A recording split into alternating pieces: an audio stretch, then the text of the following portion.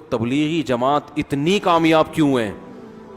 اتنی کامیاب، حالانکہ ایک پیسہ بھی نہیں ملتا، کھانا چائے نسوار پان گٹکا سب اپنے خرچے پہ.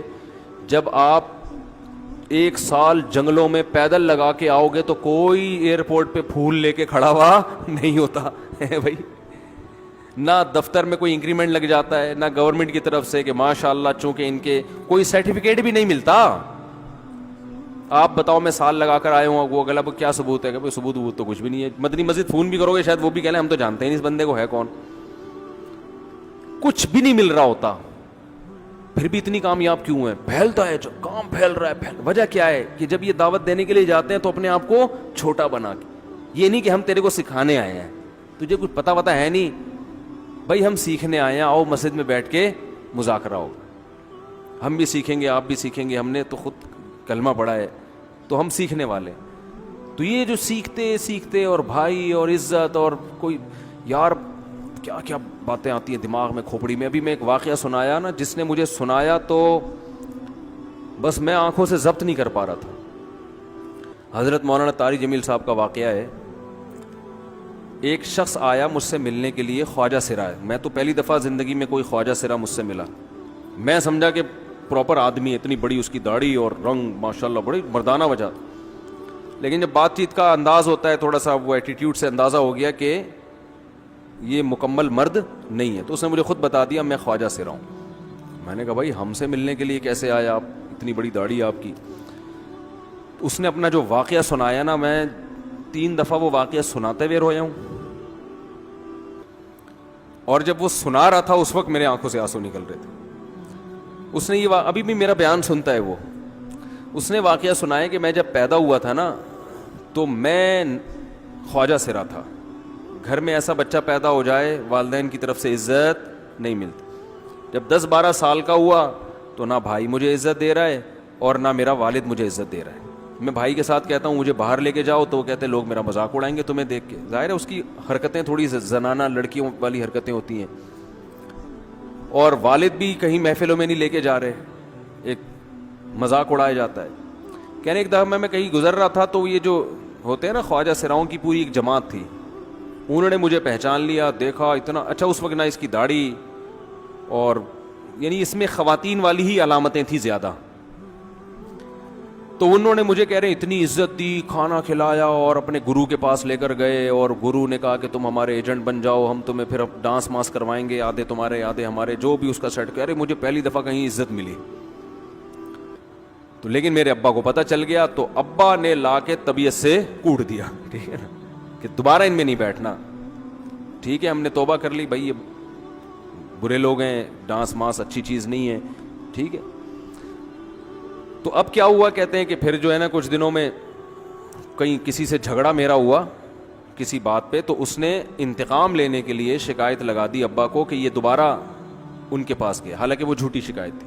اب ابا کو لگا کہ یہ صحیح کہہ رہا ہے جس نے شکایت لگائی ہے، کیونکہ شبہ تو تھا نا ابا کو دوبارہ جائے گا. ابا نے پھر مارا. تو کہہ رہے ہیں میں بول رہا ہوں کہ میں نے یہ کام نہیں کیا، میں نہیں جا رہا ان کے پاس، میں نہ ناچ گانا سیکھ رہا ہوں، کچھ بھی نہیں.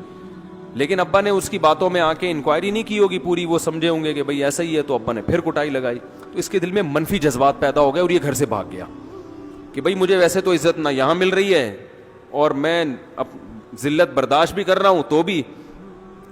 کہہ رہے میں وہاں چلا گیا. تو جب میں وہاں گیا ہوں نا خواجہ سراؤں کے ہاں، تو وہی گرو اور ڈانس، اور پھر اس نے مشہور کچھ ایکٹروں کے نام بتائے جن کے ساتھ ہم ڈانس کرتے تھے. اور پیسے آنا شروع ہو گئے، آدھے گرو کی جیب میں آدھے ہماری، اور ہٹو بچوں. لیکن ظاہر ہے یہ کوئی عزت دار راستہ تو نہیں ہے نا. کہہ رہے ہیں کہیں سے تبلیغی جماعت میں حضرت مولانا طاری جمیل صاحب آ گئے. انہوں نے اجازت مانگی، ہمارے گرو کو پیغام بھیجا بھائی مجھے ایک دفعہ یہاں آ کے دعوت دینے دو. اس نے اجازت دے دی، آ جاؤ بھائی. بیان کیا، ان کو سمجھایا بھائی یہ زندگی نہیں ہے، اللہ کی سیروزے کے لیے بہرحال ترغیب دی. کہہ رہے ہیں میں تیار ہو گیا، باقی لوگ تیار نہیں ہوئے، میں تیار ہو گیا. کہہ رہے میں نے گرو سے اجازت لی. اس نے کہا جاؤ لگا لو سیروزہ. تو کہتا ہے کہ جب میں حضرت کے گھر پہ گیا ہوں نا تو حضرت پہلے سے دروازہ کھول کے ایسے انہوں نے دونوں بازو پھیلائے ہوئے تھے استقبال کے لیے, پہلے سے کھڑے ہوئے تھے علماء کے ساتھ. کہتے اتنے مشہور آدمی, اتنی بڑی سیلیبریٹی, اور اتنے بڑے بڑے علماء, ان کی پگڑیاں, ان کے اتنا خوبصورت لباس, جو خود عزت دار لوگ ہیں, کہہ رہے ایسے جو ہے نا میرے استقبال کے لیے دونوں بازو پھیلا کر کھڑے ہوئے, اور ایسے مجھے بیٹا بنا کے نا اپنے سینے سے لگایا کہ تو میرا بیٹا ہے.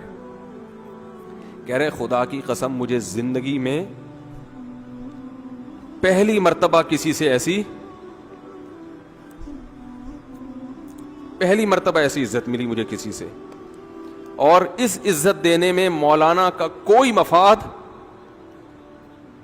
بولو بھائی, کچھ بھی, بلکہ ذلت ہوگی نا. لوگ کہتے ہیں خواجہ سرا کو بیٹا بنایا ہوا ہے, اور اس وقت تو اس میں بیچارے میں کچھ زنانہ سی علامتیں بھی تھیں, تو خواجہ سرا کو کیا دے رہے ہیں, عزت دے رہے ہیں. کیا کسی تاجر پہ محنت کرو تو تھوڑا چندہ دے دے گا مدرسے کو, ایسا ہی ہے نا, اور کسی افسر پہ محنت کرو تو تعلقات کیا ہو جائیں گے, جب وہ دین پر آئے گا تو اس سے کیا فائدہ. اس کو تو باپ ایسے ان لوگوں کو ریجیکٹ کر دیتے ہیں, بھائی اپنانے سے, کہہ رہے مجھے یہ اپنا رہے ہیں. ایسے سینے سے لگایا انہوں نے, اور مجھے سہروزے کی جماعت میں اپنے ساتھ لے کر گئے, کھلاتے تھے, بڑا خیال رکھوایا میرا. کہہ رہے اس کے بعد پھر میں نے گرو سے اجازت لی, وہ گرو چھوڑتے تھوڑی, ان کو پیسے ویسے دیے, جان چھڑائی نا, وہ بھی غلامی کی طرح نکلنا پڑتا ہے, پیسے دیے پتہ نہیں کتنے لاکھ یا کتنے ہزار روپے, وہاں سے پھر نکل کے 4 مہینے اس میں بھی خیال کیا. تو پھر تبلیغ کے بزرگوں سے ملا, پھر انہوں نے پورا مجھے بتایا کہ بھائی تم یہ علاج کرو تاکہ تمہارے اندر یہ زنانہ علامتیں ختم ہو. تو وہ علاج کر رہا تھا ماشاءاللہ, انجیکشن لگے, انجیکشن میں ڈاکٹروں کی بھی مدد کروائی. یہ ایسی این جی او ہے میرے بھائی جس کو کوئی بھی این جی او نہیں کہتا, نہ ان کے کوئی اشتہار آ رہے ہیں. کتنے لاکھوں لوگوں کو اس طرح سے یہ لے کر بھی آئے اور ان کے مسائل بھی حل کیے, مگر نہ کوئی ویڈیو بن رہی ہے, نہ کوئی اشتہار آ رہا ہے. یہ تو اس نے خود مجھے بتا دیا نا, اور اس نے کہا ایسے سینکڑوں لوگوں کے ساتھ ہوا ہے. تو اس کی ماشاءاللہ اب داڑھی نکل گئی. اس نے کہا آہستہ آہستہ میں اللہ سے امید ہے کہ مکمل مرد بن جاؤں گا میں. تو یہ ہے وہ دعوت جس میں آپ کا کوئی مفاد, بولو, نہیں ہے. تو دعوت کے کام میں جب تک اس درجے کا اخلاص نہیں ہوگا, اس وقت تک آپ کی دعوت میں جان پیدا نہیں ہوگی.